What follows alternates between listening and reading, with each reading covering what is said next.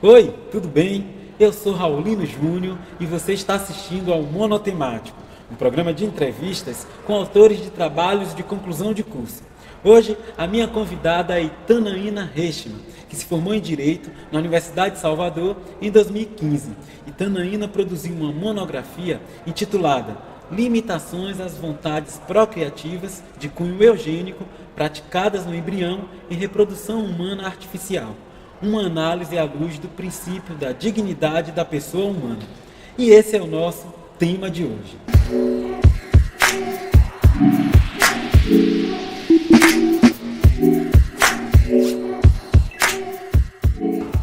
Itanaína, muito bem-vinda aqui ao Monotemático.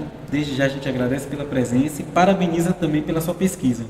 Obrigada, eu quem agradeço, na verdade, e também parabenizo pela iniciativa, já torcendo para que venham próximas edições divulgando excelentes trabalhos. Bacana. No seu trabalho, você fala muito de eugenia, fazendo um apanhado até histórico mesmo do termo. Aí eu quero que você me diga assim, o que de fato é eugenia, destacando a eugenia negativa, a eugenia positiva que você pontua lá na pesquisa. Esse termo eugenia realmente ele não é muito conhecido, até no campo do direito nem todo mundo tem acesso. Em geral, eugenia dá uma ideia de bom nascido, de boa linhagem, de boa descendência.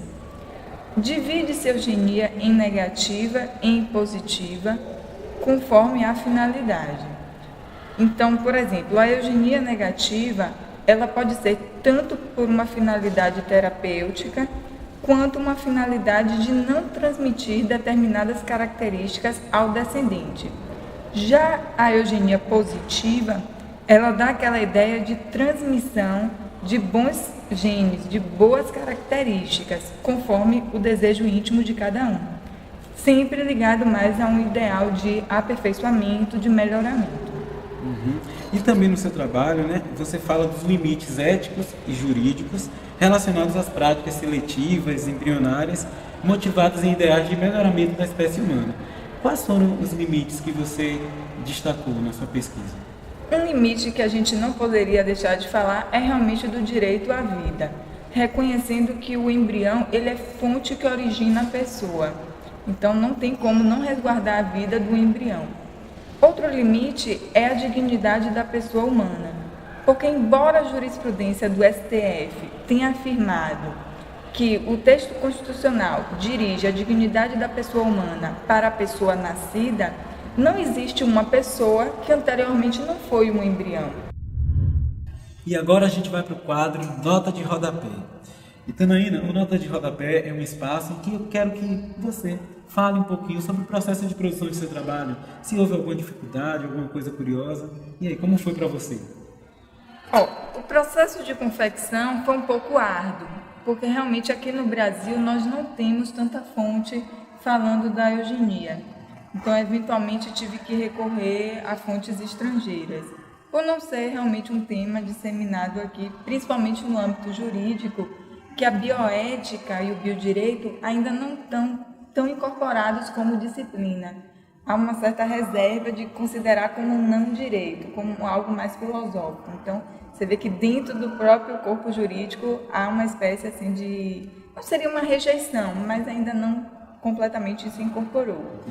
Mas tirando isso, minha orientadora, a professora Ana Tereza, foi sensacional, deu todo um suporte. Então, toda a metodologia de estabelecer um cronograma é fundamental. Aí também vai muito da disciplina de cada orientando, de seguir as etapas, apresentar a versão do primeiro capítulo, corrige, devolve. Você nunca está satisfeito, mas tem uma hora que precisa parar, porque tem que entregar o TCC, tem que defender. Então, não adianta o tempo inteiro. Corrige. Poderia ter voltado mais isso. Então, realmente, essa foi assim a grande dificuldade. Muito bacana. E esse foi o nosso quadro Nota de Rodapé.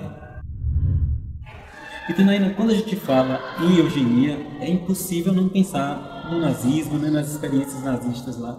E no seu trabalho você traz assim que os Estados Unidos tiveram até influência para a Alemanha nesse sentido, que eles tiveram práticas eugenistas bem antes da Alemanha. E você também fala do Brasil, né, que o Brasil implementou assim, algumas práticas eugenistas. Aí eu quero saber como é que se deu esses ideais aqui dentro do nosso país.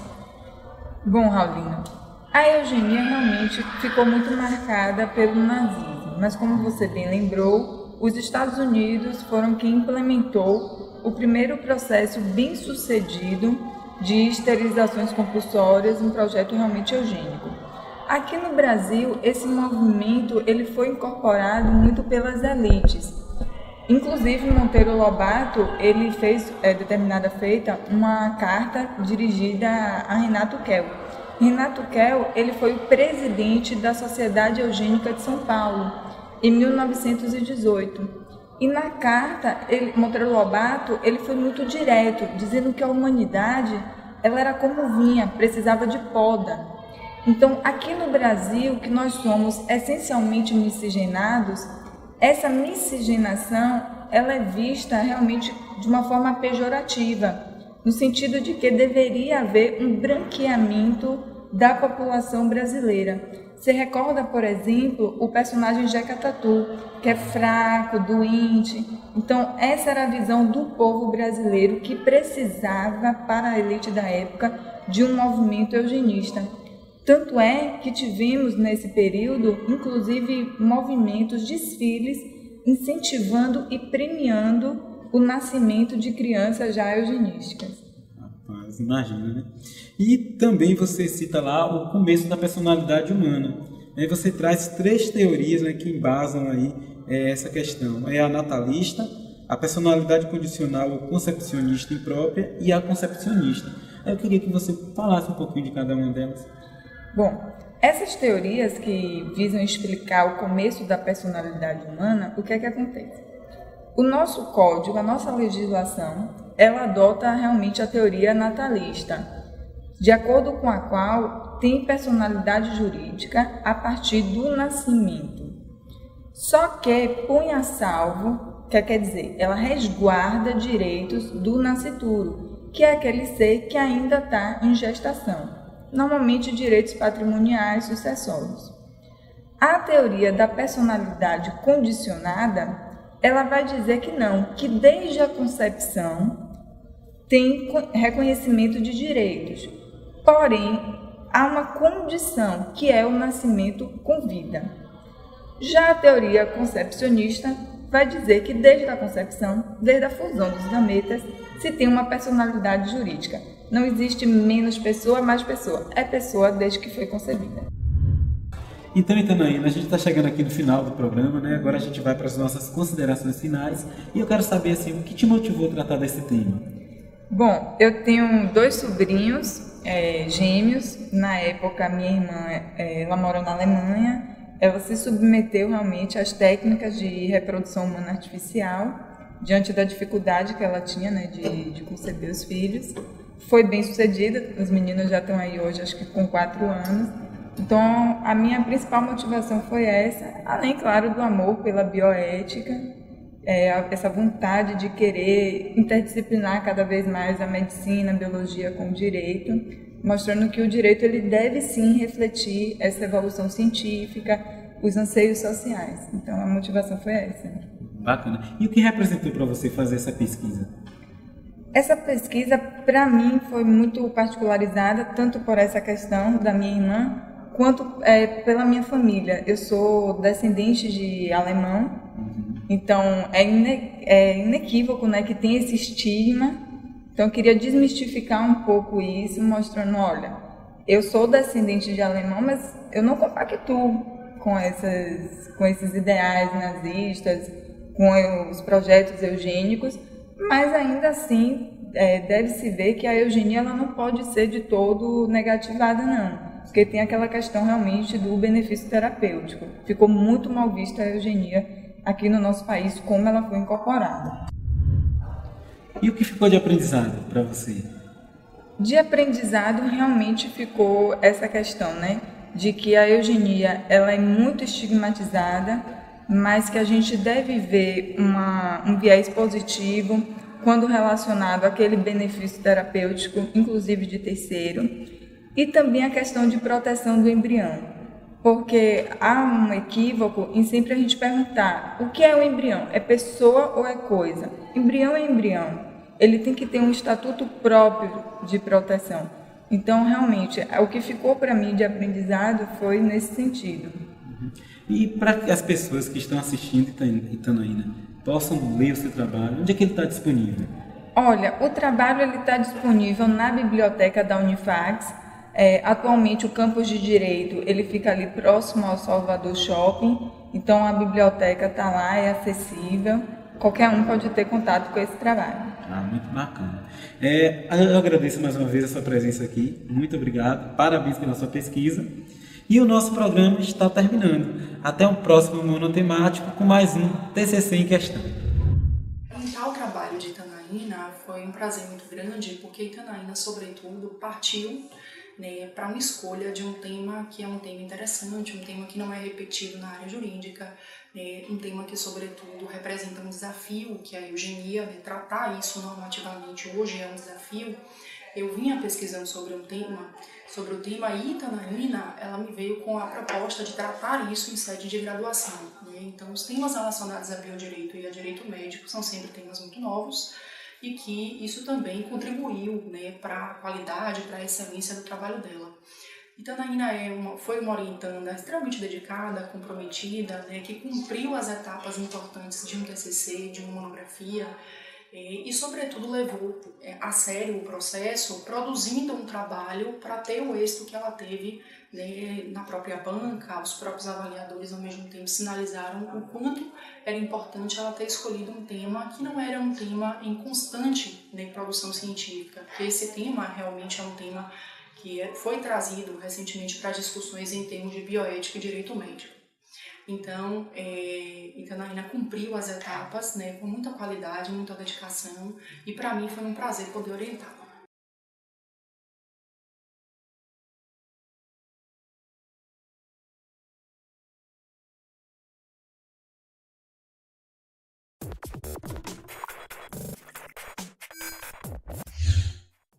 Oi, tudo bem? Eu sou Raulino Júnior e você está assistindo ao Monotemático, um programa de entrevistas com autores de trabalhos de conclusão de curso.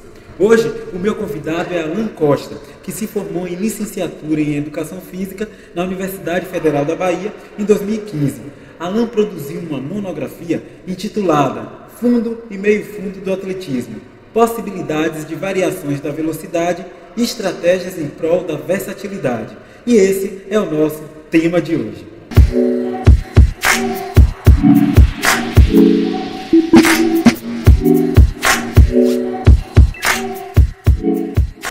Alan, seja bem-vindo ao Monotemático. Muito obrigado pela sua presença aqui no nosso programa.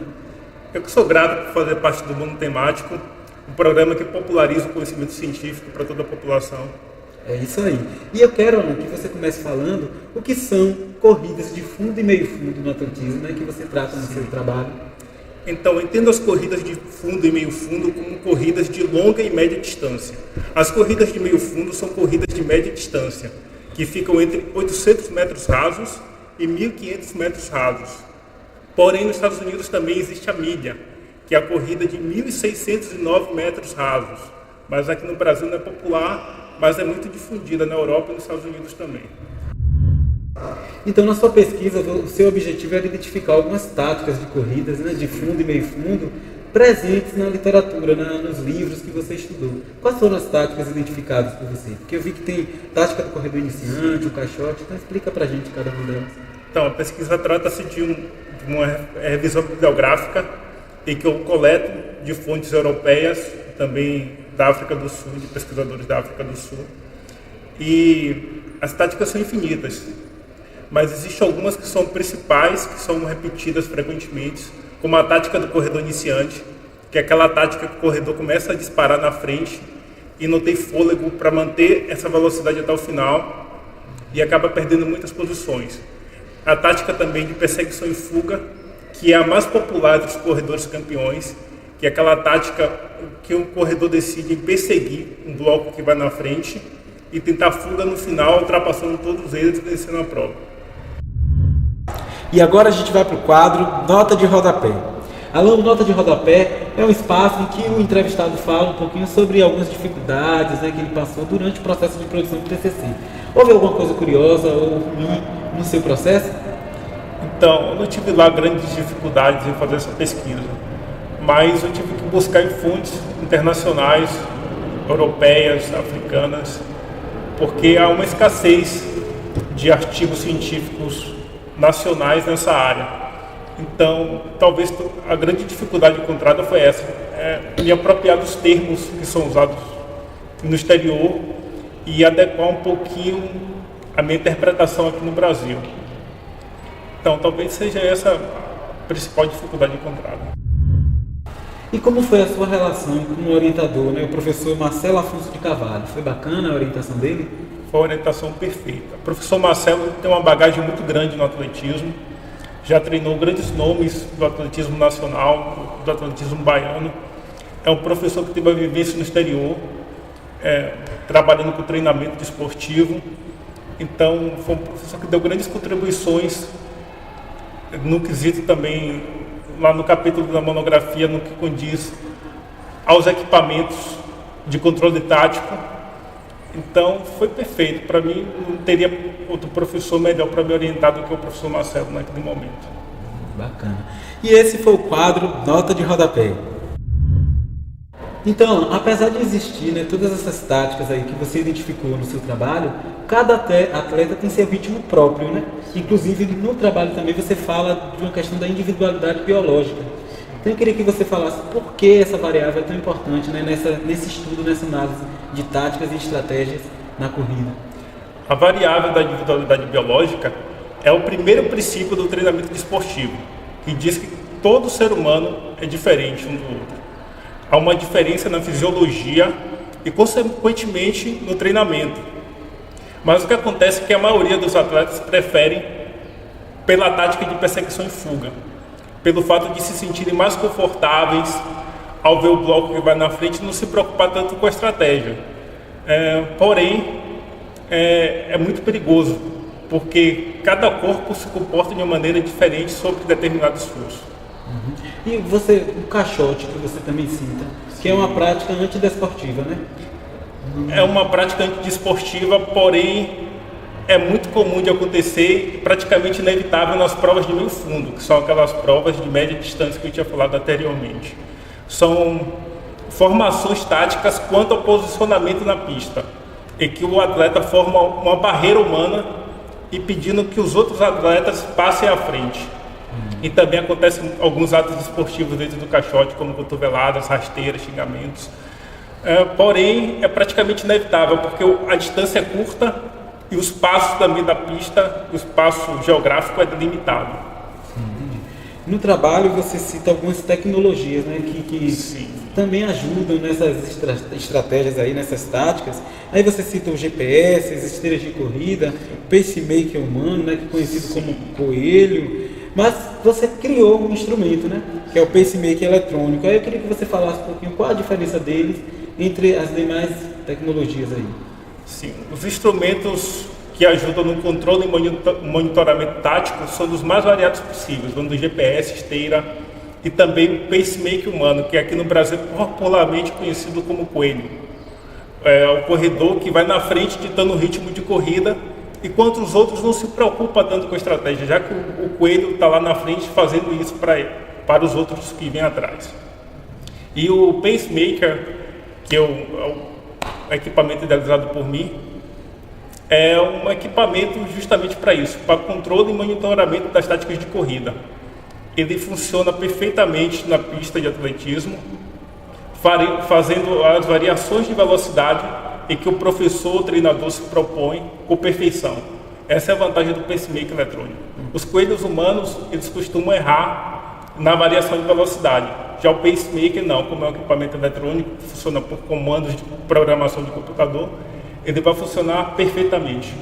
Inclusive, você pode usar para aperfeiçoamento tático técnico do corredor, né? E reproduzindo táticas já existentes para ver como o corredor se comporta, para análise de estatísticas e também para iniciação esportiva também, que é muito importante, já que o menino que começa lá na escolinha de atletismo, ele não tem noção nenhuma das táticas de corrida, então você pode acabar submetendo a variadas táticas de corrida, e em uma dessas ele vai se encontrar, vai se identificar, ou então ele pode criar a própria tática dele, a partir de todas que ele vivenciou, pode ter uma solução criativa e criar uma tática que satisfaça a necessidade dele para determinado tipo de prova.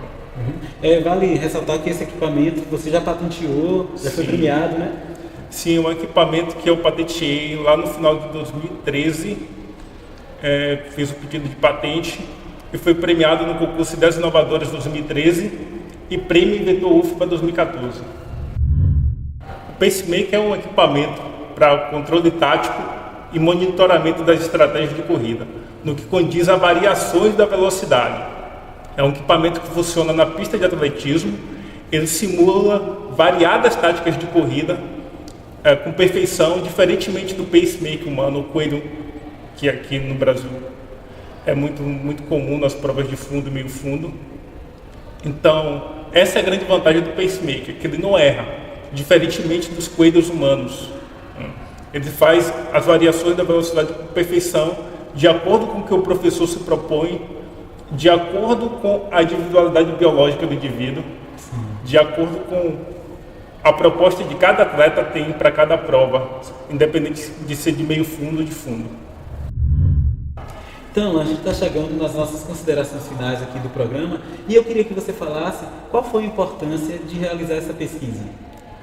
A pesquisa é importante porque ela traz à tona todo o conhecimento acumulado acerca das estratégias de corrida, tanto na visão europeia como na visão africana, e também o conhecimento que a gente tem aqui no Brasil um pouco.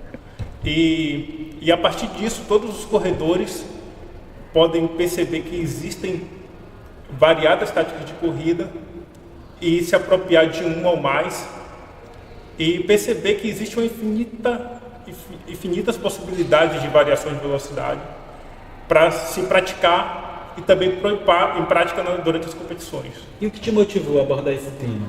O que motivou porque eu fui atleta do atletismo e durante muito tempo competindo eu percebi que era necessário desenvolver habilidades para experimentar novas estratégias de corrida, porque as estratégias que eu fazia já não dava mais conta para vencer, e eu percebi que era preciso correr diferente em diferentes provas. Então foi a partir desse insight que surgiu a necessidade de pesquisar mais sobre as estratégias de corrida. E o que ficou de aprendizado para você? O que ficou de aprendizado é que existe uma infinidade de aprendizado acerca das estratégias de corrida e que é interessante explorar um pouco dessas infinitas possibilidades que existem, experimentar e perceber também que não existe uma tática perfeita. Existe a tática apropriada para determinado tipo de prova e determinada situação. Então isso é o mais interessante. E você pesquisou tanto que vai em breve lançar um e-book, né? Exatamente. Vou estar lançando um e-book que fala sobre as estratégias de corrida e eu trago 2 conceitos novos de corrida. O primeiro, que é a corrida eudaimônica, que é uma corrida coletiva, onde eu busco cooperação e também sai um pouco dessa visão da corrida competitiva. É uma corrida um pouco mais recomendada para crianças e que está na iniciação esportiva, para pensar como correr coletivamente, cooperando entre si. E o segundo conceito é a corrida para líderes, que é uma corrida competitiva, porém que vence aquele atleta que lidera a prova por mais tempo, diferentemente da proposta tradicional que vence aquele que cruza a linha de chegada primeiro. Perceba que essa proposta de corrida muda totalmente as configurações táticas da corrida. Agora o coelho não é mais bem visto, porque ele é uma presença ameaçadora, já que o coelho está mais condicionado a liderar a prova por mais tempo, ele é uma presença ameaçadora para os outros. E Alan, onde o seu TCC está disponível para a pessoa que teve interesse na sua pesquisa e quer ler um pouco mais?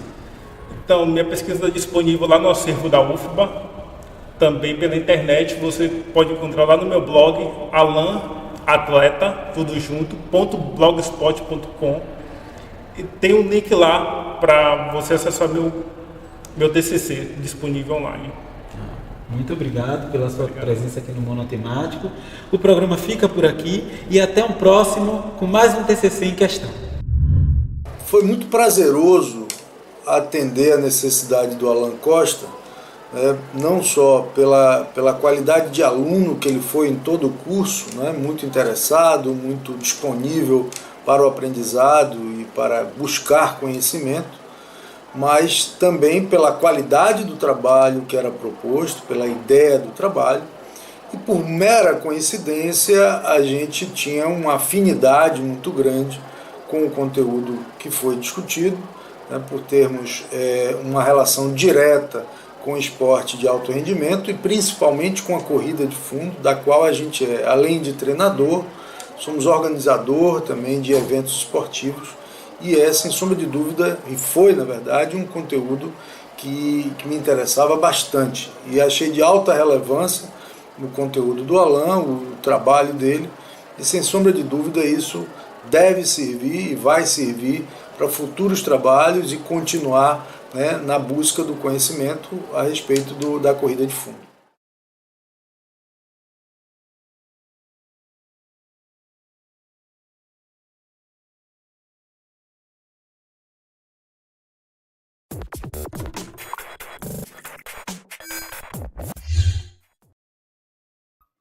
Oi, tudo bem? Eu sou Raulino Júnior e você está assistindo ao Monotemático, um programa de entrevistas com autores de trabalhos de conclusão de curso.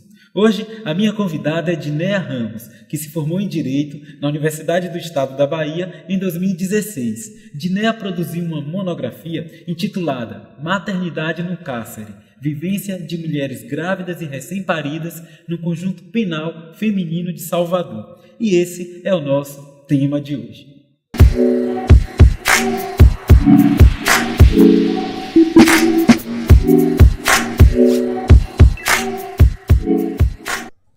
Dinéia, seja muito bem-vinda ao Monotemático. Muito obrigado pela sua presença aqui e desde já eu te parabenizo pela sua pesquisa. Eu que agradeço pela oportunidade de estar aqui falando sobre a minha pesquisa, sobre o meu TCC. E é isso, muito feliz por estar aqui com você. Muito bacana. E no seu TCC, que você já citou aí, você analisou a vivência de mulheres grávidas e recém-paridas no Conjunto Penal Feminino aqui de Salvador. Aí eu queria que você dissesse uma pergunta clichê, mas como é essa vivência? O que mais te chamou a atenção daquela vivência lá? Bom, é uma vivência complicada, né? Conviver num ambiente prisional, eu acho que é difícil para qualquer pessoa, principalmente para uma mulher e ainda grávida ou com seu bebê.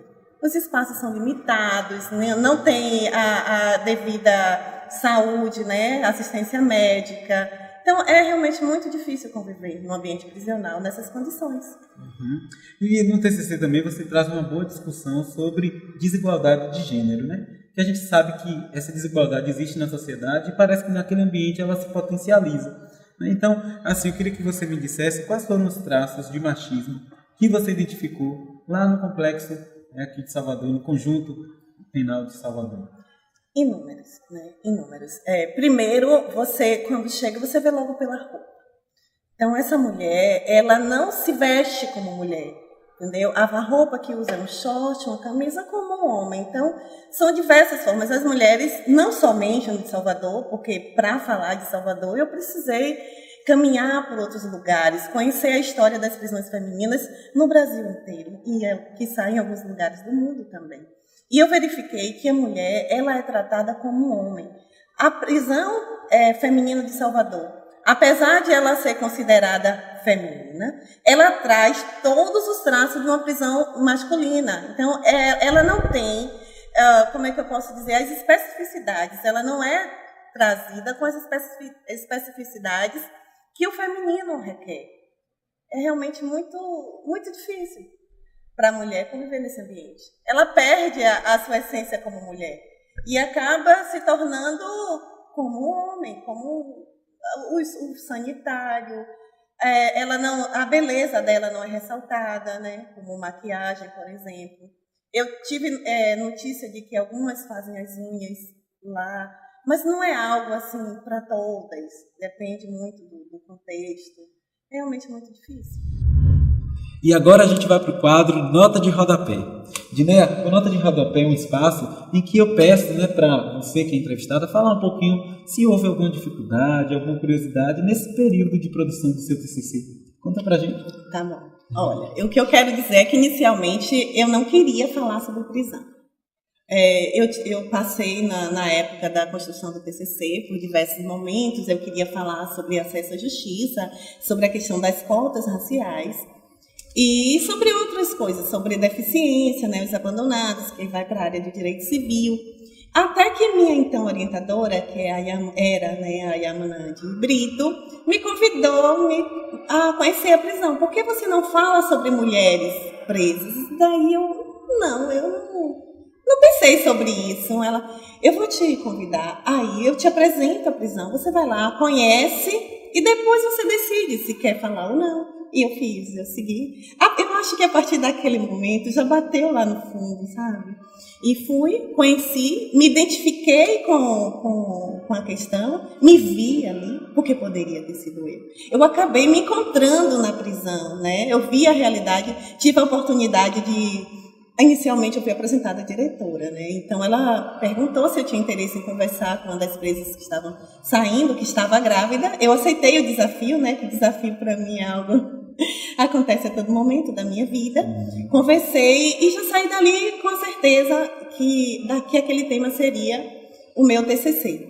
Bom, enfrentei inúmeras dificuldades, né? Eu construí o meu TCC em poucos meses. Iniciei em abril e terminei em agosto para setembro. No final de agosto eu tinha que apresentar o TCC, entendeu? Então foi realmente muito pouco tempo para construir um trabalho.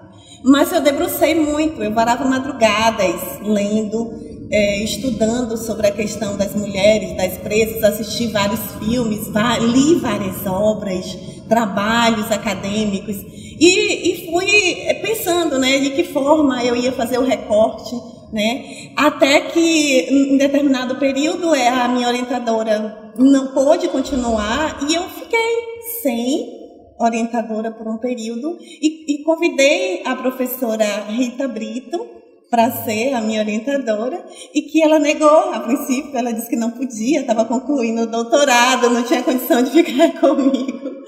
Daí eu estabeleci um prazo para ela. Olha, foi muita ousadia, eu sei disso, mas foi assim que aconteceu.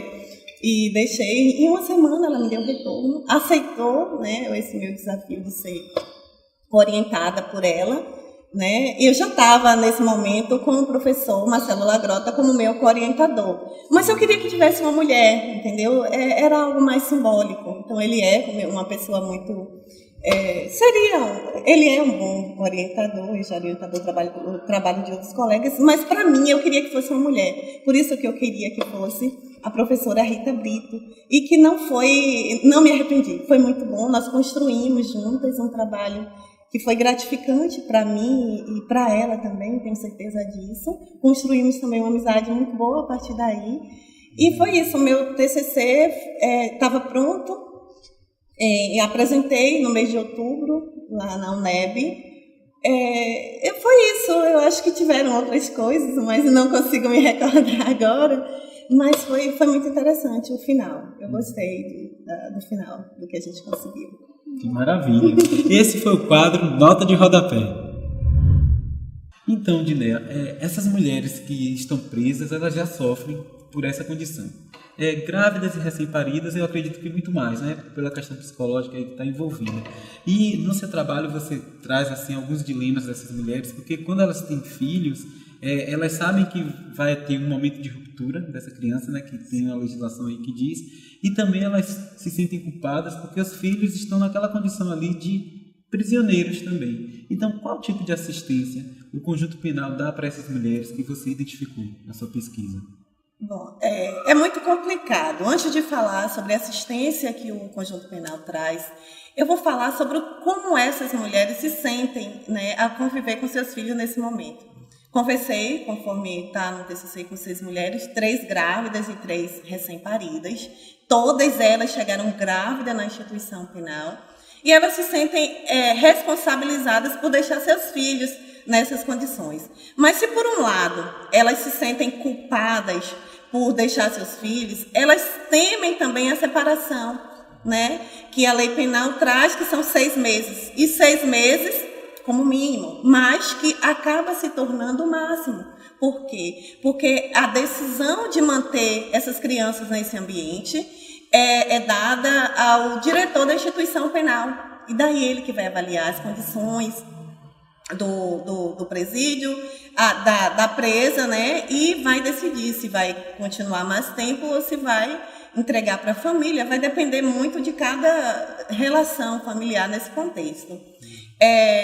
Você perguntava sobre o que é que a instituição penal, no caso, o Conjunto Penal Feminino, tem feito. Tem feito, não vi diferença da instituição penal de Salvador, como de outras, conforme eu falei previamente, que eu pesquisei. Muito embora, né, a diretora Luz Marina, ela se mostra assim, muito atenciosa, ela, por ter sido um agente prisional, então ela tem realmente um cuidado, eu verifiquei, mas não depende só dela. Eu verifiquei que muitas vezes, por exemplo, encaminhar essa mulher para uma assistência médica, que não existe uma assistência médica adequada no Conjunto Penal Feminino. Às vezes não tem um carro específico para conduzir. Então, assim, a carência existente naquele local dificulta bastante a convivência, né, e as condições que essas mulheres enfrentam, né. Outro aspecto complicado é a questão da alimentação, que a gravidez requer uma alimentação específica, o cuidado médico, mas uma alimentação também. E elas reclamaram, né, está lá no depoimento delas, que elas não têm essa alimentação específica. E um outro fator que, embora não seja perguntado, mas eu acho importante trazer, que é a questão da visita.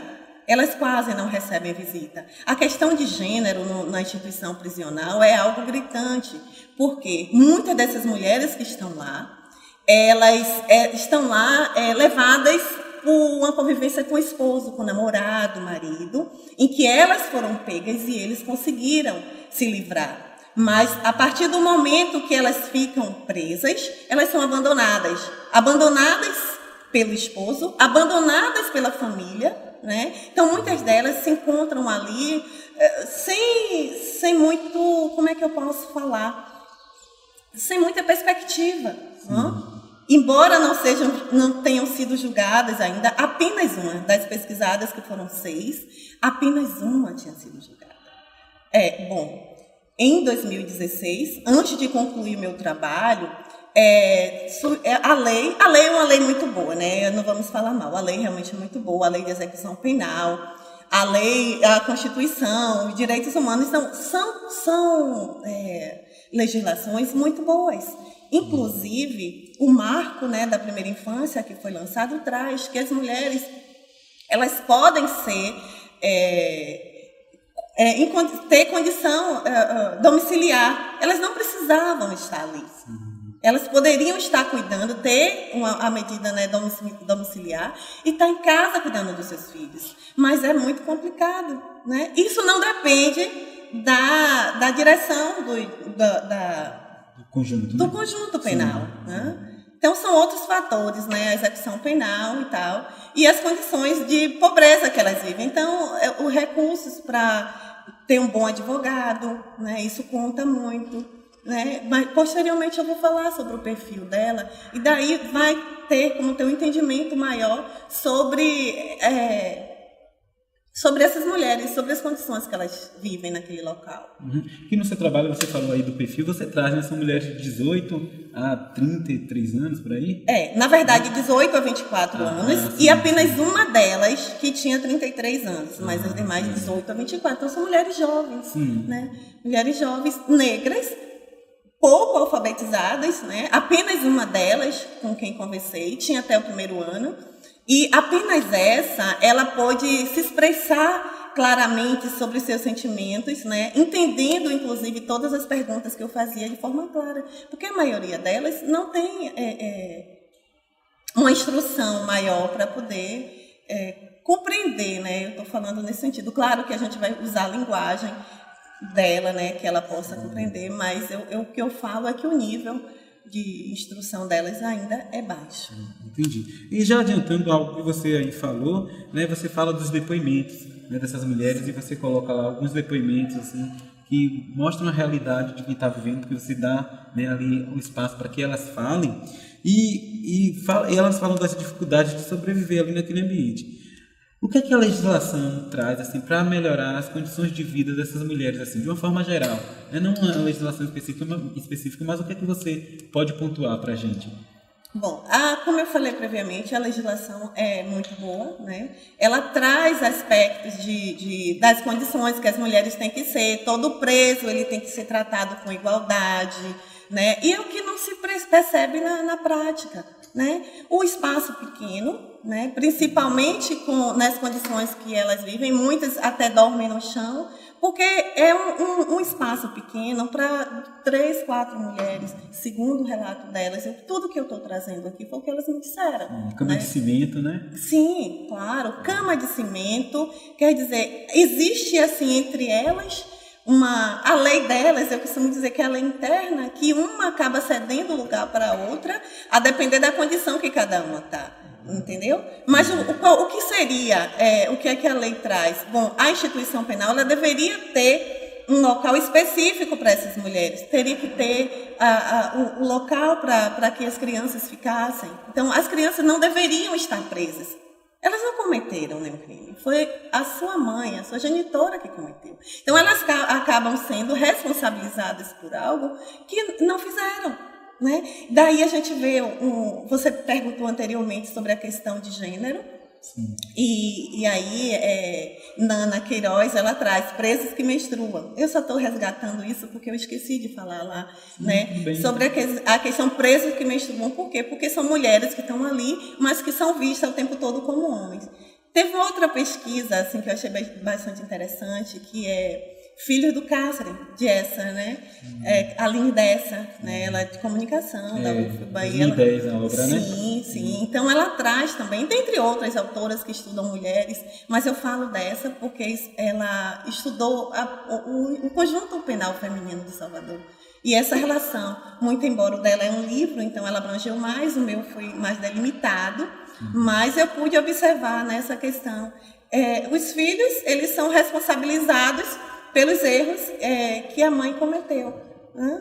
Então, é muito difícil. A lei não é ruim, mas a aplicação dessa lei, o que está faltando, na verdade, é boa vontade, né? Boa vontade política. Política para essas mulheres não é lei. Está faltando política pública e eu queria chamar a atenção, né, dos dirigentes do Estado, que é quem pode fazer, o Ministério Público, que pode fiscalizar, né, o que está acontecendo no presídio feminino de Salvador, para que traga melhores condições para essas mulheres, condição de saúde, condição de higiene, e que possa, no período que tiver que conviver, tanto na gravidez quanto no período do nascimento do seu filho, que seja de uma forma mais humana, né, e não deixado lá como tem sido até agora. Diné, a gente já está chegando no final aqui do programa e eu queria que você me dissesse, né, nós estamos nas considerações finais, então o que te motivou a tratar desse tema que você tratou? Bom, como eu falei inicialmente, não partiu inicialmente de mim, mas foi a identificação. A partir do momento que eu fui apresentada àquele ambiente, eu me identifiquei com aquelas mulheres, eu me identifiquei com a temática e a falta de visibilidade delas que me motivou. Eu verifiquei que eu estava formando em Direito, né, que um curso que deveria estar, eu nunca tinha visitado a prisão. É a primeira vez que eu fui. Daí, conversando com a minha família, ninguém tinha visitado a prisão até então. Então, esse ambiente intramuros, ele fica isolado. Então, esse isolamento, essas pessoas que ficam lá como se não existissem, foi o que mais me despertou a fazer essa pesquisa, entende? Então, o trabalho, ele não só me motivou naquele momento, como me deu incentivo para continuar. Né? Eu levei para a universidade outras colegas. Hoje eu já estou, inclusive, conversando com alguns colegas de lá, tentando ajudar da forma que posso, que se interessaram ao assistir o meu trabalho. Isso já despertou em alguns colegas, né, especificamente duas delas, o interesse pela temática. E eu acho que a universidade, todos nós temos sim a obrigação de conhecer o presídio, conhecer, até porque essas pessoas, elas vão voltar. Então a gente não pode tratar os presidiários, as presidiárias, como se fossem pessoas de outro mundo, porque elas estão passando, estão cumprindo aquele seu momento, né, do erro que porventura cometeram, mas que vão voltar ao nosso convívio social. Então a gente também precisa conhecer. E por outro lado, nenhum de nós estamos imunes. Qualquer um de nós podemos estar aqui e passar, porque a gente não sabe, as circunstâncias da vida, elas não são trazidas previamente, entende? Claro que, quando se trata de mulheres pretas, pobres, com poucas instruções, a situação fica mais difícil. Por quê? Porque além desse esquecimento, essa falta de recurso para pagar um bom advogado, né? Como já falei, elas poderiam quase todas, se não todas, estarem numa domiciliar, mas ainda se encontram lá, porque não foram atendidas, né, pela lei penal vigente. Então existe essa carência. E você falou aí que levou para algumas colegas, tem até um projeto aí de publicação, né? Sim.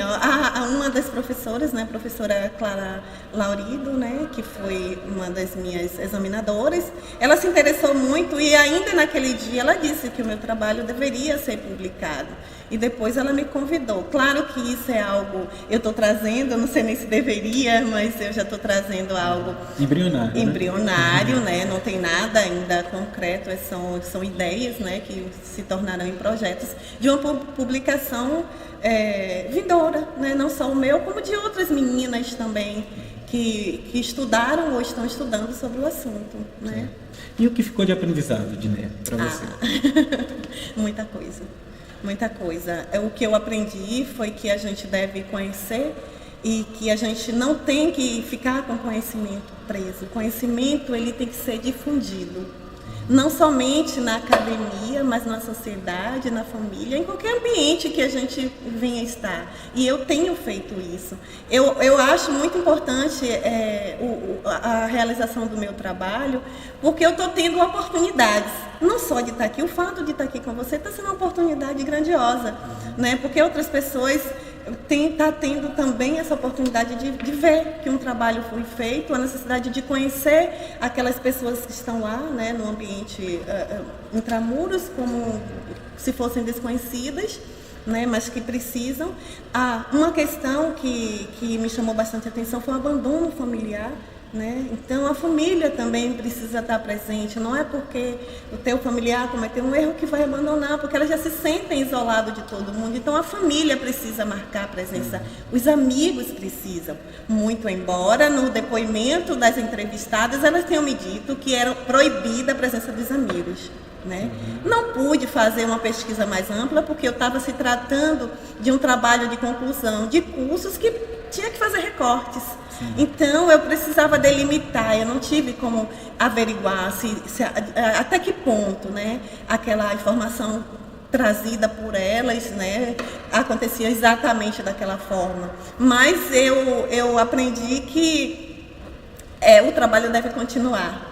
E tanto deve, e assim como continuidade, que eu tive a oportunidade, posteriormente, eu passei por uma seleção da UFBA, né, da pós-graduação em Gênero e Direitos Humanos, Educação em Gênero e Direitos Humanos, e a proposta do trabalho de conclusão é um projeto de intervenção. Eu não posso te dizer assim com certeza de que será lá, mas pelo menos a minha pretensão é que seja, né, dar continuidade nesse trabalho lá, fazer um projeto de intervenção com essas mulheres, né, para ver de que forma essas mudanças podem acontecer, né, de que forma a gente pode contribuir para que, voltando àquela pergunta que você fala, o que é que tem, o que é que você vê como possibilidades para ela, quem sabe nesse projeto de intervenção eu possa responder, talvez em outro momento a gente está aqui conversando, né, sobre isso mais uma vez, e eu te dizer, olha, o projeto de intervenção traz isso, né, de bom para essas mulheres. Então, eu não pretendo esgotar esse estudo que foi na graduação, eu pretendo trazer agora para pós, e quem sabe mestrado, doutorado, ou o que vier, entendeu? E é isso, e difundir sempre. Que maravilha. E para difundir sempre, onde é que o seu TCC está disponível? Para as pessoas poderem acessar. Bom, eu não disponibilizei nas mídias sociais, por razão até dessa questão que eu trouxe, né, que o projeto do livro, então né? Ele não pode ser publicado nas redes agora, mas ele está na biblioteca da UNEB, no Campo 19, em Camaçari. Então, quem tiver interesse pode procurar a biblioteca do Campo 19, que fica em Camaçari, que o trabalho está lá, disponível, sim, para consulta de quem tiver interesse. Que maravilha. Dinéia, muito obrigado pela sua presença aqui. Mais uma vez, parabéns pela sua pesquisa. Viu? Foi muito importante para a gente tratar disso aqui, no Monotemático, ok? Eu que agradeço, estou muito feliz de estar aqui com vocês, de estar divulgando o meu trabalho, né?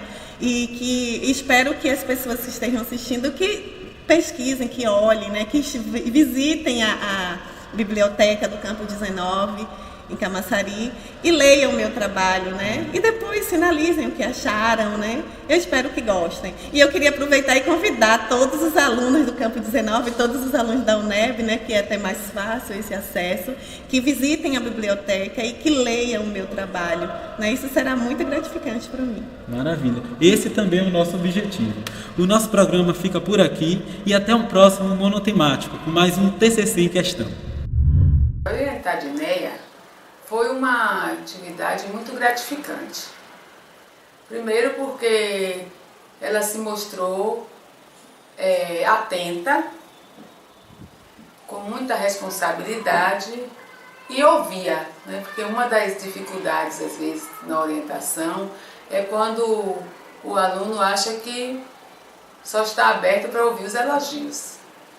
Dinéia se abria para as críticas, compreendendo o processo de construção. Ela abraçou essa proposta, ou ela tinha essa intenção de fazer esse trabalho com muito assim, determinação, com muita disponibilidade, com muito compromisso. Havia no trabalho de Dinéia não só a questão de alguém que pretende cumprir bem a finalização de uma atividade de conclusão de curso, como também de uma responsabilidade social. Então, acho que o trabalho de Dinéia tem isso. É aquela questão de quando se pergunta qual a relevância dessa pesquisa para a academia e para a sociedade, ela se colocou muito claramente no sentido da relevância, da importância de contribuir com uma reflexão sobre a problemática que envolve as mulheres no cárcere.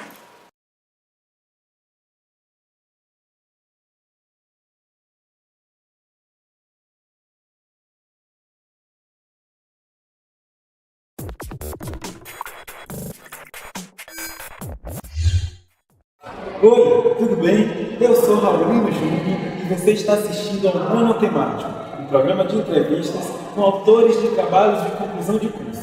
Hoje, o meu convidado é Ícaro Deodoro, que se formou em farmácia na Universidade Federal da Bahia em 2016.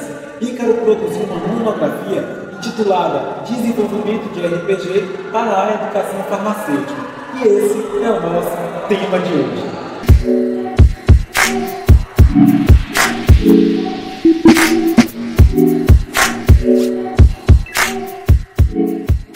Ícaro, muito bem-vindo aqui ao Monotemático. Obrigado pela sua presença. Nada. Eu que agradeço realmente a estar participando desse projeto, porque realmente eu considero que apresentar os TCCs à comunidade, seja de qualquer forma, é essencial para a divulgação de todo o conteúdo científico, político que é feito dentro da universidade. Bacana. E parabéns pela sua pesquisa, né? No seu trabalho, você traz o RPG como uma alternativa para dinamizar, né, algumas aulas da faculdade de farmácia, que foi que você fez, né? De ciências farmacêuticas, e especialmente a disciplina química farmacêutica, né? E também quero que você fale por que essa disciplina foi escolhida e o que é RPG e por que ele é tão eficaz aí nessa dinamização. Certo, vamos começar do início. Eu escolhi o RPG por ser uma ferramenta direta com o estudante.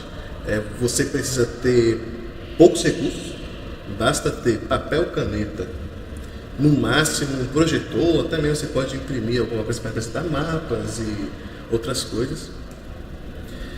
Mas pode ser utilizado qualquer outro meio para ser colocado. Mas o RPG, traduzido do inglês, Role Play Game, é um jogo de interpretação de papéis, em que existe um mestre dizendo como está sendo aquele universo e os personagens que vão desenvolvendo as suas ações de acordo com aquilo que o mestre disse. Então, por exemplo, você está no meio da floresta e você é um personagem guerreiro, você tem a habilidade de se localizar dentro do mapa. Então você vai utilizar essa sua característica para fazer alguma determinada coisa. Você já é uma pessoa que está mais envolvida com os rios, então você vai saber procurar água, saber para onde ir tal lugar. Ou seja, você vai utilizar os seus conhecimentos e as habilidades do que você cria do seu personagem para desenvolver uma história. Entendi. E assim, por que você considera ele tão importante para dinamizar o ensino, né, de ciências farmacêuticas? Ele é importante porque o RPG, as possibilidades de fazer qualquer coisa é infinita. Você pode pensar em qualquer tema, qualquer universo, qualquer coisa, e você pode fazer um RPG. Basta você sentar, pesquisar o que você quer, ter ideia na sua mente do que você quer desenvolver, e com RPG você pode desenvolver qualquer coisa sobre qualquer tema. No TCC você faz uma crítica, né, a essas aulas expositivas que são comuns tanto na educação superior quanto na educação básica. E aí você sugere lá o uso da metodologia ativa de ensino e aprendizagem. No que ela consiste? Bom, ela é tema de livros e artigos gigantescos. Para simplificar essa entrevista, basicamente, metodologia de ensino e aprendizagem é você inserir o estudante na prática de ensino. Ele também tem que ser uma ferramenta no ensino. Não tem que ser aquela educação bancária que o professor chega com todo o seu conhecimento e vai depositando nas contas, seria a cabeça dos alunos, vai só vomitando aquele conhecimento, a pessoa vai absorvendo. Não, o estudante tem que participar do processo da aprendizagem. Ele tem que trazer os seus conhecimentos, as suas experiências e compartilhando com o professor, todos eles juntarem e ter um grande aprendizado com aquilo ali. Vamos, por exemplo, química farmacêutica. Todo estudante de farmácia tem alguma experiência com química farmacêutica, até porque é o último semestre deles. Então não adianta só o professor dizer que ele está certo e dizer que é assim, a molécula funciona assim, dessa forma, acabou. Não. O estudante, tendo todo o seu conhecimento de base, ele vai construir um conhecimento para entender a química farmacêutica. E agora a gente vai para o quadro Nota de Rodapé. Ícaro, Nota de Rodapé é um espaço em que eu peço para os entrevistados falarem um pouquinho se houve alguma dificuldade, algum momento curioso durante o processo de produção do TCC. No seu caso, teve alguma coisa? Assim, não vou dizer dificuldade porque eu realmente encarei esse TCC como a obra de minha vida. Eu me interessei muito, eu realmente gostei de fazer aquele TCC. Cada minuto que eu fazia aquele TCC era como se fosse um momento divertido para mim. As curiosidades é a seguinte: eu quis me desafiar e quis desafiar a metodologia de ensino. Então eu escolhi a disciplina mais temida da faculdade para criar um RPG. A disciplina que as pessoas saem chorando, a disciplina que as pessoas saem tristes, depressivas, quando termina aquela disciplina como se fosse aquele fardo saindo das costas. Então eu disse, eu vou escolher essa disciplina e vou criar um RPG para ela. E outra coisa engraçada que aconteceu é que meus colegas eles não estavam acreditando que eu estava desenvolvendo um TCC sobre um jogo. Eles achavam realmente que eu estava brincando, que eu chegava nas redes sociais e pedia, olha, eu quero voluntários para testar um jogo. E eles, é brincadeira dele. Eles só acreditaram quando eu formalmente me apresentei às salas de aula para pedir voluntários. Então isso é até porque os estudantes ainda não estão acostumados, ainda não despertaram a ideia de que eles podem desenvolver um TCC, uma monografia, de uma forma muito diferente daqueles que são acostumados. E o professor Eudes Veloso foi o seu orientador. Isso. Como foi essa parceria com ele? Nossa, foi maravilhoso. O professor Eudes eu considero, desculpe os outros professores, mas o melhor professor daquela faculdade de farmácia. Porque ele é daquele tipo de cientista que, como dizem na internet, aquele cientista raiz. aquele cientista que vai para o laboratório e sabe a substância pelo cheiro, literalmente. Então, quando você vê uma pessoa dessa, você espera que ele seja uma pessoa extremamente academicista, mas não, ele é uma pessoa muito à frente do seu tempo quanto à questão de educação. Ele tem uma metodologia muito boa de ensino, ele não fica travado aquilo que ele aprendeu, ele sempre busca coisas novas com a questão de ensino. Ele foi um professor de química farmacêutica, que foi aquele diferencial enorme. Ele é professor também de saúde, drogas e ficção, que junta vários conteúdos diferentes de cinema, psicologia, farmacologia, química farmacêutica também, química orgânica. Então, é uma pessoa que realmente me inspirei muito, porque você pode aliar ciência à educação e, se você quiser qualquer coisa do tipo, ele é a referência. Que bom. Esse foi o quadro Nota de Rodapé. Então, Ícaro, na sua pesquisa você desenvolve um jogo de RPG como ferramenta para o ensino de ciências farmacêuticas. Eu te pergunto, qual a viabilidade desse jogo, no que diz respeito a métodos, a práticas? A viabilidade é 100%. Como eu disse anteriormente, o RPG pode ser aplicado em qualquer situação. Eu tive que ser específico nesse TCC com a disciplina de química farmacêutica. Mas você pode utilizar o RPG em qualquer outra disciplina, de qualquer área de conhecimento. A viabilidade, eu digo 100%, se não até 110%, porque os recursos são simples. Com poucos recursos você consegue desenvolver um RPG muito bom. A única coisa que tem que ser bem desenvolvida é a ideia. Você tendo uma boa ideia, você consegue desenvolver RPG. Então, num lugar que só tenha papel e caneta ou lápis, você pode simplesmente entregar esses papéis para os estudantes, traçar um perfil dos personagens e ali começar a história. Então a viabilidade do RPG é 100% em qualquer disciplina, de qualquer área do conhecimento. Sim. E o seu trabalho, você faz uma crítica às práticas ali de ensino e aprendizagem da própria faculdade de farmácia, né? Isso. Da qual você é oriundo. E você testou o jogo que você criou com estudantes de farmácia da UFBA, veteranos e calouros, com experiência ou não em RPG. O que é que eles acharam da ideia? Quem nunca jogou RPG na vida, gostou muito da ideia, porque ele pode aprender duas coisas. Um, que era a disciplina, e outro que é aprender RPG. Tanto é que teve alguns alunos que começaram a jogar RPG depois dali. E os veteranos, eles gostaram, os veteranos no caso de RPG, eles gostaram porque eles descobriram que podia aprender o conteúdo de uma forma bem mais simples. Porque às vezes você pode dizer qualquer coisa, mas o tom ou a forma que você explica vai ser de uma forma interessante ou de uma forma até mesmo opressora. A forma que se dá hoje em dia na sala de aula, principalmente na faculdade, é de uma forma completamente opressora. O professor tem aquela figura autoritária, aquela figura bem coisa de doutrina. Então eu estou aqui para passar o conhecimento e pronto, não estou nem aí para você. Já quando utilizou o RPG, ele aprendeu aquele conteúdo que o professor não está entendendo direito, porque ele estava sendo desafiado a criar alguma coisa, ou inventar algo, ou desenvolver algum mistério. Então, no geral, todos eles gostaram da aplicação do jogo. Então, Ícaro, a gente está chegando agora nas nossas considerações finais e eu quero saber de você o que é que te motivou a tratar do tema que você tratou. O que me motivou foi justamente essa convivência que eu tive esses anos de faculdade. Toda vez que eu ia à sala de aula, com exceção de uma ou outra, eu sempre via a mesma coisa. Aquela figura do professor em frente à sala de aula, de uma forma, por mais que ele não queira, mas de uma forma opressora, te avaliando somente com aquelas provas, seu score era a sua identidade. Então isso me desmotivava muito para ir à sala de aula.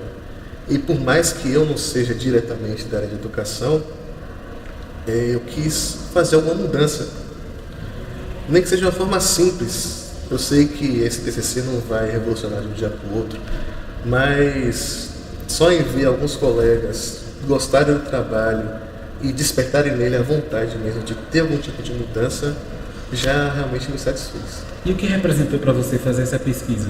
Essa pesquisa, pessoalmente, foi maravilhosa, porque eu já tive uma ideia do que eu queria fazer, mas pesquisando outras fontes, eu vi que eu não estava sozinho.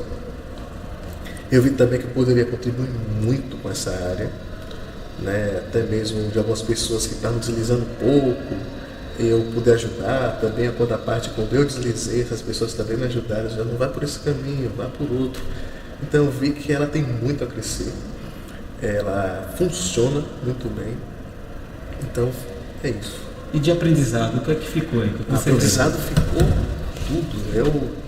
Eu descobri depois que eu estava fazendo algo que era metodologia de ensino-aprendizagem. Então eu pesquisei muito mais sobre isso e vi que não é só RPG que representa ele, existem várias outras formas.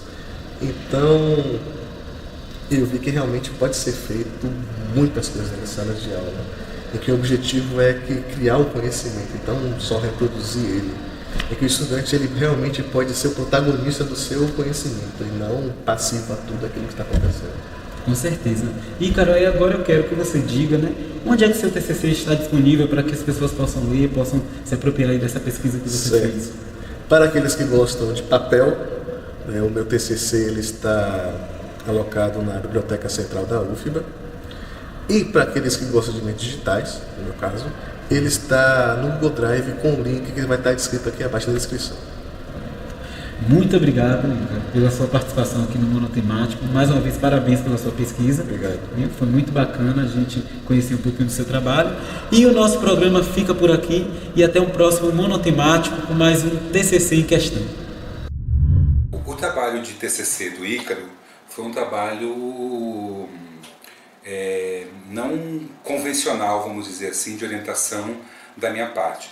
Eu trabalho mais com a parte experimental. Minha área de atuação de pesquisa é a química de produtos naturais, a farmacoquinósia, quer dizer, a busca de medicamentos através de plantas, através de princípios ativos de plantas, e é nessa área que eu atuo.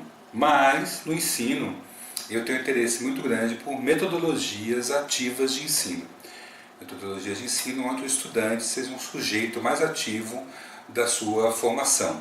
E tinha visto já há algum tempo que você poderia usar RPG como instrumento de ensino, desenvolver jogos de RPG como instrumento de ensino. E o Ícaro tinha interesse, eu vi o Ícaro com mais alguns estudantes jogando RPG com aqueles dadinhos ali embaixo, e aí eu passei alguns artigos para ele de trabalhos com RPG, com jogos de RPG na área de saúde que já haviam sido desenvolvidos, e a gente viu que não era uma ideia tão absurda, tão fora de contexto, e partimos para o trabalho, né? Ele desenvolveu o começo de um joguinho de RPG aplicado a uma disciplina que os estudantes têm alguma dificuldade aqui na farmácia, que é a química farmacêutica, que é uma das disciplinas que eu leciono, que é uma disciplina que requer a união de vários tipos de conhecimentos, de química, de biologia, de fisiologia, etc. E normalmente eles sentem alguma dificuldade. Então a gente pensou em desenvolver o RPG como uma ferramenta de ensino. Eu já uso estudos de caso baseados na literatura ou mesmo criados por mim para a disciplina, e a gente desenvolveu esse joguinho. Foi uma coisa bem experimental, uma coisa bem inicial, a gente nunca colocou em prática mesmo, mas eu acho que foi uma experiência muito, muito boa, muito interessante.